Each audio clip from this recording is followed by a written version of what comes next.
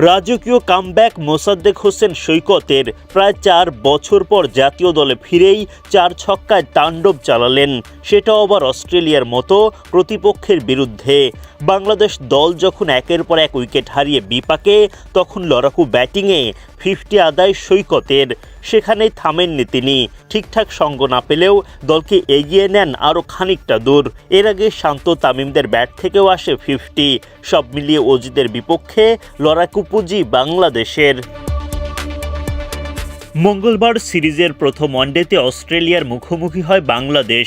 মিরপুরের home of ক্রিকেটে toss জিতে মিরাজদের আগে ব্যাটিংয়ে পাঠান জশ ইংলিশের দল। টাইগারদের হয়ে ইনিংস শুরু করেন সাইফ হাসান ও তানজিদ তামিম, কিন্তু ওপেনিং জুটিতে ভালো শুরু পায়নি বাংলাদেশ। মাত্র 10 রানেই প্রথম উইকেটের পতন ঘটে। নাথান এলিসের বলে উইকেট হারানো সাইফ 5 বল খেলে 5 রান করে মাঠ ছাড়েন।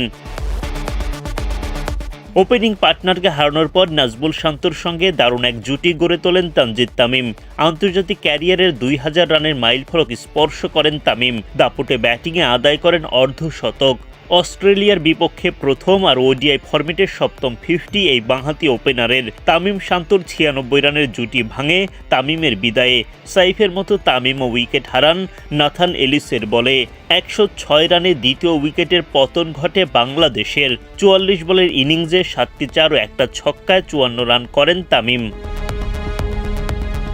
নাজমুল শান্ত লড়াকু ব্যাটিংয়ে আদায় করেন 50, কিন্তু অর্ধশতক পূরণের পর বেশি দূর এগিয়ে যেতে পারেননি তিনিও। ম্যাট র্যানশোর বলে উইকেট হারান শান্ত।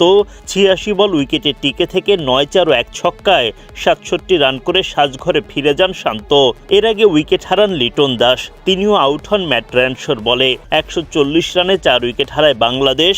দলের হাল ধরেন তখন তাওহিদ হৃদয় ও মোসাদ্দেক হোসেন সৈকত। হৃদয় সৈকতের ব্যাটে এগিয়ে যেতে থাকে বাংলাদেশ। তাদের জুটি থেকে আসে 75 রান। 51 বলে 31 রান করে বিদায় নেন হৃদয়। অধিনায়ক মেহেদী হাসান মিরাজ 12 বল খেলে মাত্র 3 রান করতে পারেন। যদিও মোসাদ্দেক সৈকতের 50-তে লড়াই চালিয়ে যায় বাংলাদেশ। টেলেন্ডারদের সঙ্গে নিয়ে দলকে লড়াকু পুঁজি এনে দেন 4 বছর পর দলে ফেরা সৈকত।